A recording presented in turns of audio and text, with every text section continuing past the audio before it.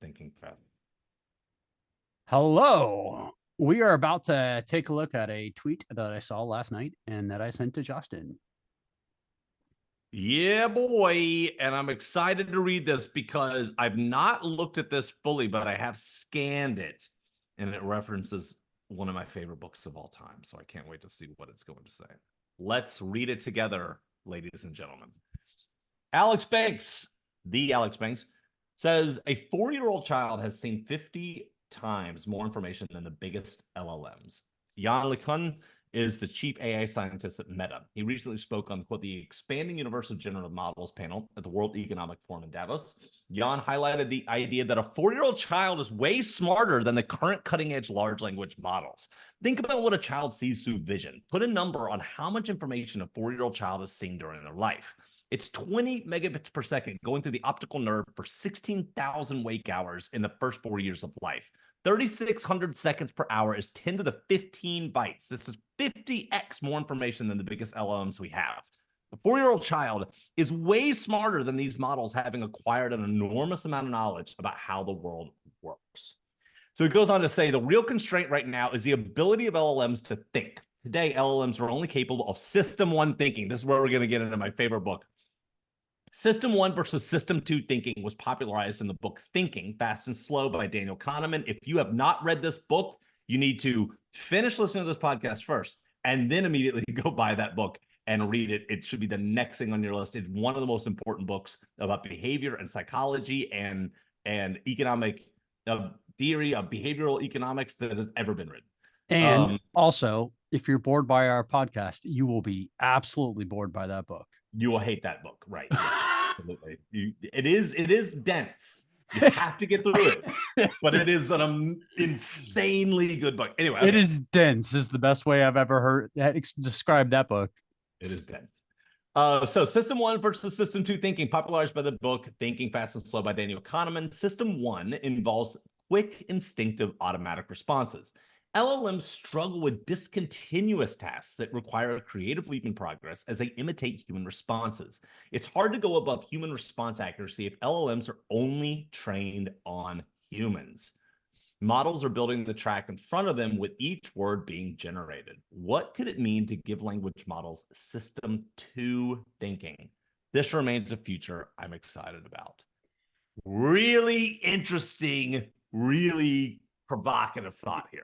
Yeah. So I both vehemently agree and disagree with this at the exact same time, which right. So is an LLM is a 4-year-old smarter than an LLM? No chance in hell.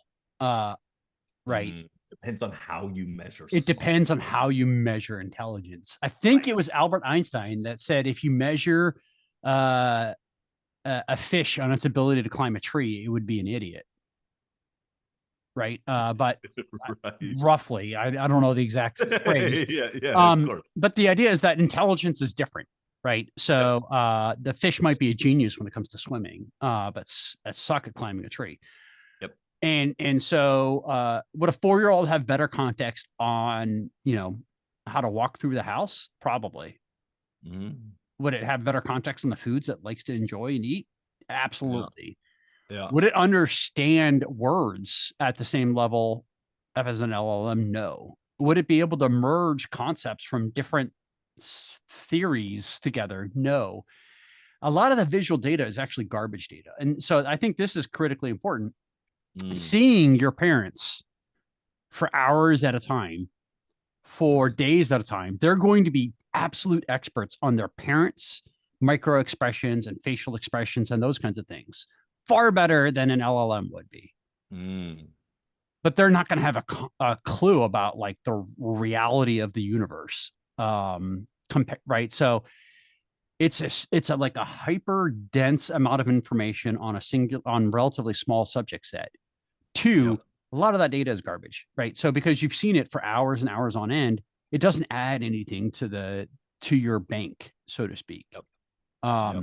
Once you've had 100 hours of staring at somebody's face, what's the next 5,000 going to give you? Nothing. Right. Right. Diminishing returns, right? Diminishing returns. Thank you. And so that's why I both agree and disagree. They're going to have a super deep understanding of some things and not understand anything, much less logic, right? Which LLMs can understand logic. That's a really interesting point, right? Because I think that like there's a couple things about this. Like now that we think about this post a little bit more critically and kind of examine a little bit more critically, there's a couple things there, right? One is exactly what you're saying, which is really the conversation is about focus of training and specialization. It's not about just in general the amount of data that you're getting thrown at you. I mean, yes, maybe that is true. Sure, a 4-year-old has been exposed to more data points than an LLM, but obviously kind of a fucking course they have.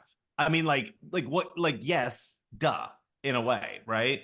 The other thing that I think is interesting about this post is that there are actually, like, I feel like he's munging two concepts here that don't necessarily belong together, which is system one versus system two, which is fast automatic responses, system one, spinal cord and back out, right, kind of responses. System two, kind of the deliberative, creative thinking, deeper, longer process type of stuff. It's weird how he goes from like the 4-year-old learning a bunch of stuff to all of a sudden that is system two thinking.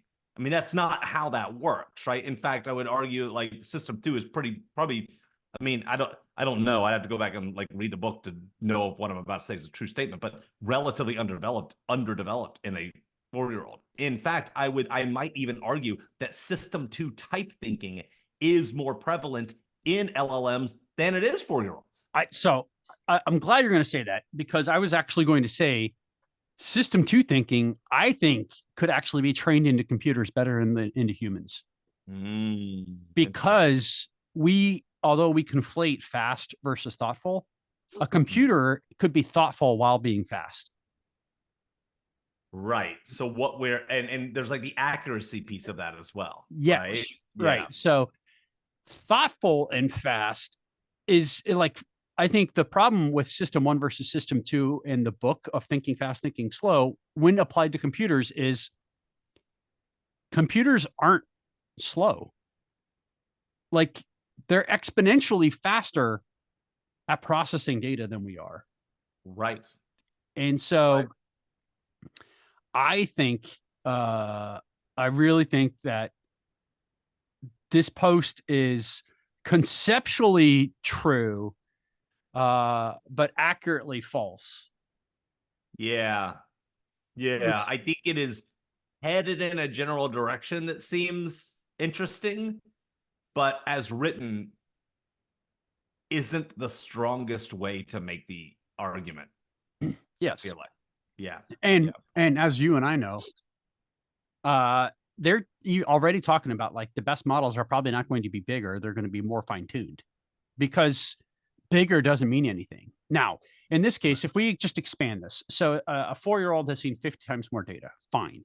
And now we take it to a 40-year-old. So they've seen 500 times more data, right? Or we take it to a 400-year-old and we say we've seen 5,000 times more data. Well, guess what? Every single 400-year-old, which doesn't exist, but every single 400-year-old has to re-experience that every single time. The difference is, as these models actually capture that amount of data, they never have to be retaught. Generally, loss. Yeah. There's no generational loss. No. Right.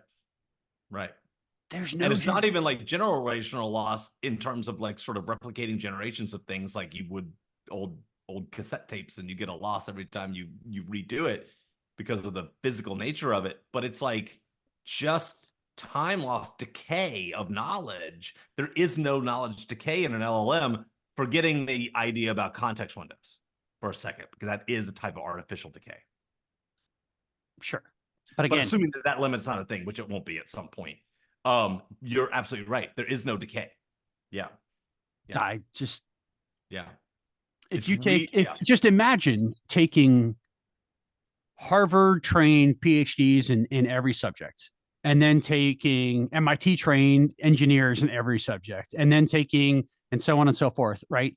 Combining it all into a thing, and then saying, by the way, for our company, here is our knowledge base. And it's like, okay, now go work or go answer questions. And it's like, you have all of this understanding of the universe, the concepts, the theories, you have the reality of a particular business. And we've talked about this, like level, like this is going to slaughter the bottom tier and the upper middle tier of employees.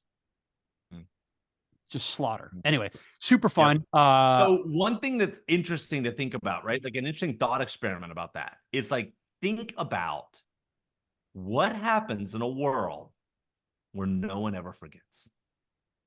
Because that's where we're headed, right? Where we're headed is continuous monitoring of every input in your life, continuous recording of that data, and continuous and instant recall of it using LLMs forever. You could say, what was I wearing back on January 13th, 1994? And it'll be like, oh, here you go. And here's how you felt that day.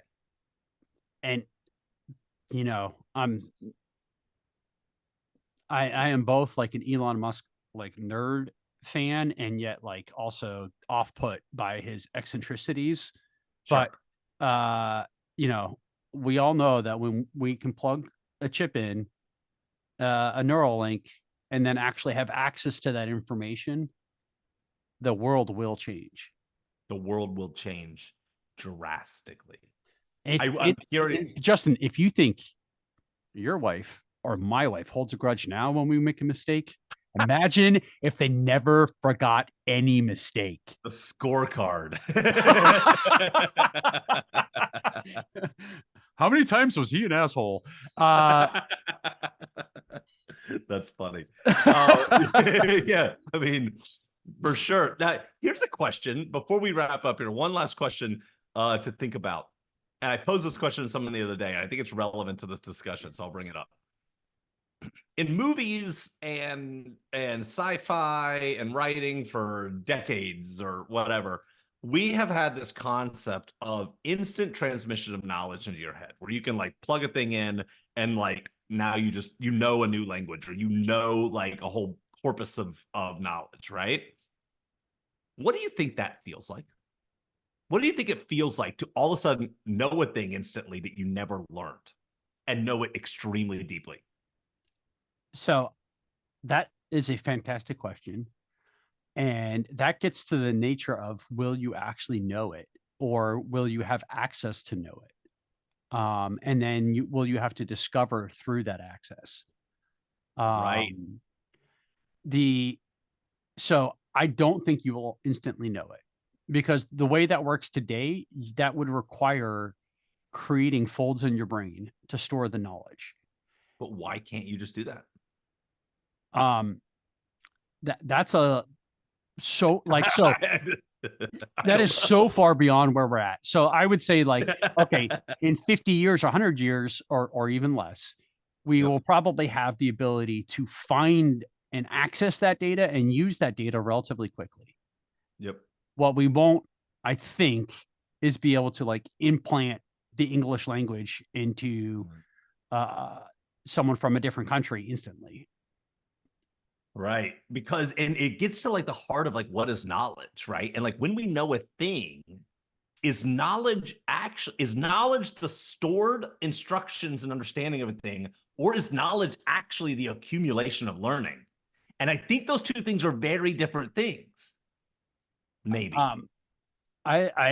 I play a lot of, or I used to play a lot of video games, and RPGs, and I'm a huge nerd, right? I know everyone is shocked. And they have stats in those, right? And they frequently talk about intelligence and wisdom being separated. And I think I like to compare intelligence to hardware and wisdom to software. You can run some of the best software around the world on really shitty hardware. It's just slow. And intelligence, or IQ, is essentially just hardware. And the best person on earth really only has 2 to 5x the worst person. Okay, maybe not the worst person, the average. 2 to 5x the average. And the reality is the raw processing power.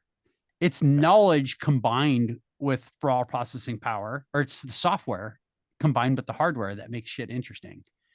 And so what happens when everyone has access to the same software? right? And so we've talked about this in the creator economy. If you stick with something for 10 years with an unreasonable passion and on something that some other people don't, you will probably do well. And so you will be guaranteed to do well. Okay, see. Now, if you have the same knowledge as everyone else on Earth, and you have your reasonable level of intelligence between 1 and 5x, right? It doesn't really matter at that point. You just give a shit about one topic and you go all in on that topic.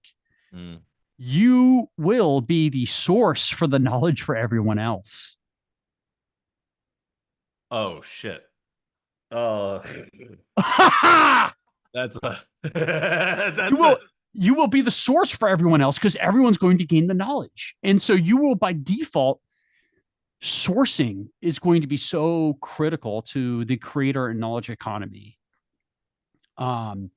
So what's interesting about that is that we get back into the whole philosophy about kind of the LLM death spiral, which is if the LLM is feeding on its own knowledge, essentially, which is sort of what we're talking about. If you think about LLM as a global network of knowledge that everybody is feeding off of, right? But it's also feeding back into, then it's a closed system. And I can't even, it's hard for me to wrap my head around the implications of that. I almost think of it like a Jungian collective intelligence. Right. And I think that is plenty for today. Wow. Yeah, there's a lot. There's a lot to unpack there. More on that coming up soon on AMAI. Have a good day. We'll see you guys. If I can figure out how to stop this. Seriously, where is the stop? These are the outtake portions of this show.